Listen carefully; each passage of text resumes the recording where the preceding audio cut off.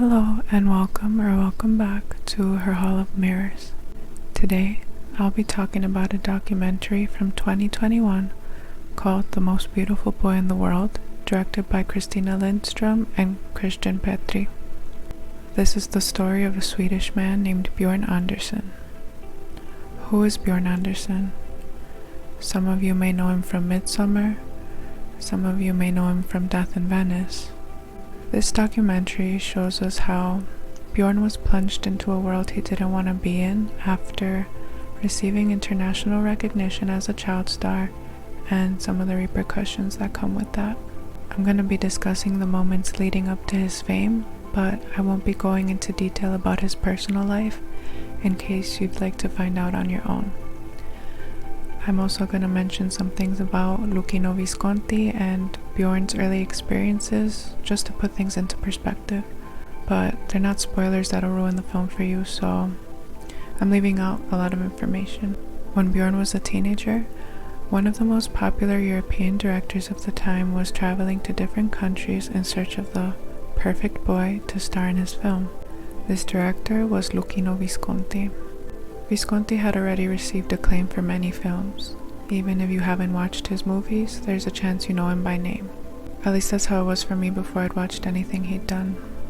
Visconti was going to make a film adaptation of Death in Venice by Thomas Mann. Death in Venice is the story of a writer, Gustav von Aschenbach, who goes on vacation to Italy and becomes obsessed with a young boy. He checks into a hotel and sees an aristocratic family eating breakfast when he becomes transfixed by the young boy sitting at the table. He can't get over how beautiful he is. Gustav will repeatedly see the boy spend time with his family and pay close attention to him from a distance, creepily observing and following them. That's exactly what happens in the movie. Apparently, the author, Thomas Mann, drew inspiration from his own personal experiences. He'd seen a beautiful young boy in Italy, and I guess he was such a creep that he had to relive the experience through his writing. I don't care if I offend Visconti or Mann fans. It's beyond disturbing that grown men are out here obsessing over children, especially when it comes to their physical appearance. But more on that later. Björn was only the 5th boy to audition for the role, but Visconti knew right away that he was the one. We're shown the audition tape, and in it we can see a shy, modest teenager who doesn't feel comfortable in his skin yet. You can tell he's very shy when Visconti praises his appearance. After some posing and walking around, Visconti asks the 15-year-old boy to strip down to his underwear and pose for the camera.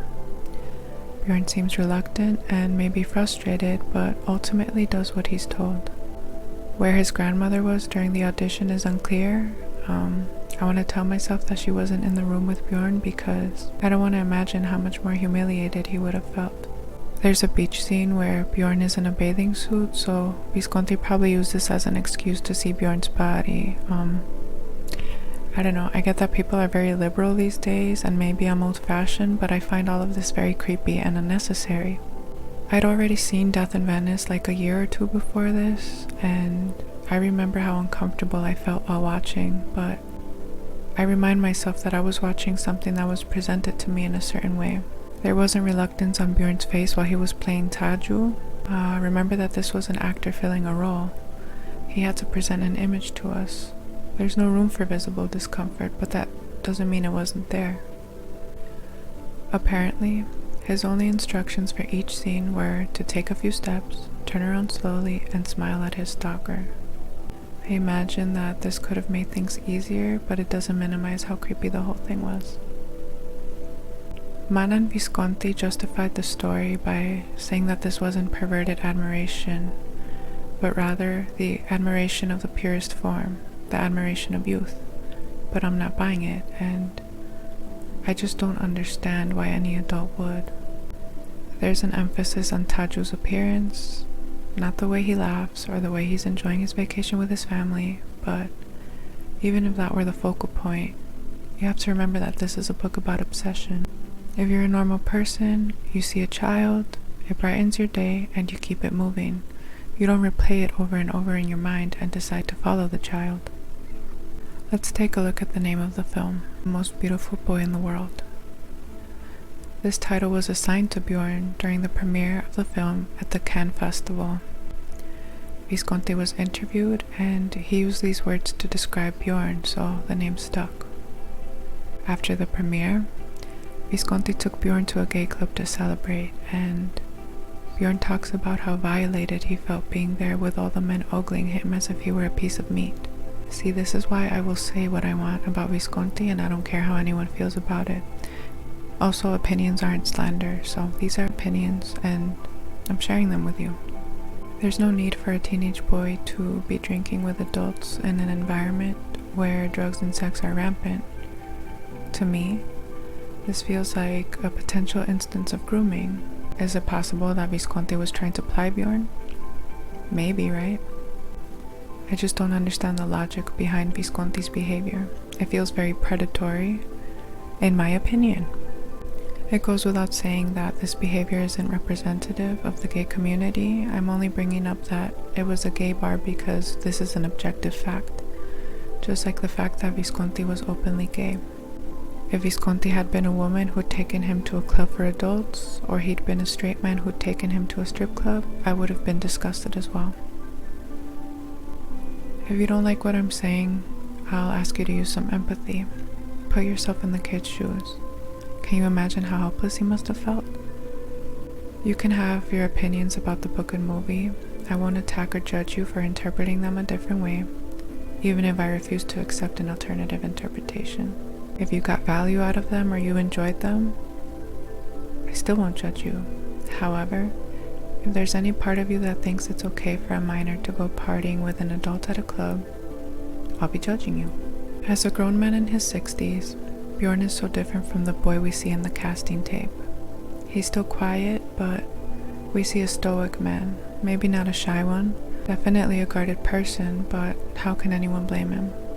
I found myself wondering how different he would be today if he hadn't experienced certain things during his adolescence. Certain parts of him must have been inhibited because he couldn't walk a typical path toward adulthood, and that's pretty sad. Conventional wisdom tells us time and again how important it is for children to grow up with two parents. Even if they're not living under the same roof, if a child feels loved by both their parents, that's beneficial to their well-being. This kid didn't have that. He was raised by his grandmother who thrust him into fame without prioritizing his needs, and I mean no disrespect or judgment by that. Björn stated several times that he didn't want to be famous, but his grandmother wanted him to. I wish I could have learned a bit more about how Björn spends his time these days, but the documentary didn't touch on that, and I also wanted to know if he was getting therapy for all he's gone through, but that's none of my business, really. I want him to be in a better place, but that's between him and the people he loves. He was deprived of his privacy for decades. Why should he continue to open up to others about such personal things? We owe him the respect to not speculate or pose questions about things we have no evidence for.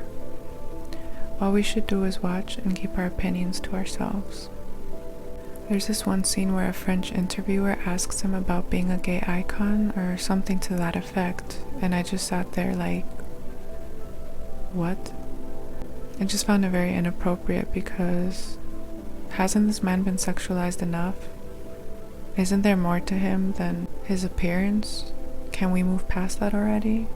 There wasn't enough context, and she had probably asked him other things that led there, but it just shows how this shadow loomed over him into adulthood. This image of being an object of beauty during his adolescence, always being the center of attention for something he couldn't control, something that people obsessed over and projected onto a child. This film didn't only focus on Visconti's movie, we also learn of the tragic things going on behind the scenes and how they too have shaped him into the man he is today. But this film wasn't a hopeless portrayal of a sad life. I'm glad Björn had the courage to bear his vulnerabilities with us yet again, and I found it very inspiring. I'm also glad that he has people in his life who love and care about him. He could have descended into a worse life or become bitter and nasty, but he never once insulted Visconti or showed a vindictive side. That takes a lot of maturity that many of us might not have the courage to develop. If you are a Visconti fan and you haven't watched this documentary, I suggest you do. or at least be open to other people's opinions. I don't believe in cancel culture for like 99% of situations, and this is not an attempt to get you to dislike Visconti. His behavior was his responsibility, and this documentary shed some light on it. I know people felt like there was a homophobic overtone to the film, but that's a very unfair claim to make about a movie that presented certain people very tactfully. I feel weird rating this because it's someone's personal story and it's a heavy one. I can't say I liked it either because it was very sad, but the documentary was well done. Again, Björn seems very guarded, and the filmmakers did as best they could with what they had. I also feel very weird about watching Visconti films. There are people who can separate the art from the artists. I'm one of them, but when it comes to things like this, I refuse. Italian cinema is so rich, and there's a plethora of films by other directors that you can watch instead. I really try to be open-minded. I watched The Damned years after having watched Death in Venice. There's very disturbing stuff in that one, and it involves children. Would I have written him off as a depraved creep for showing that in a film? No. I would have wondered, but I wouldn't have assumed. This documentary helped me come to my own conclusions, so I'm good and I don't want to watch his other movies. We've reached the end. I want to thank you for watching. If you've enjoyed this, please give me a thumbs up, and I hope you'll join me in the next one. Bye.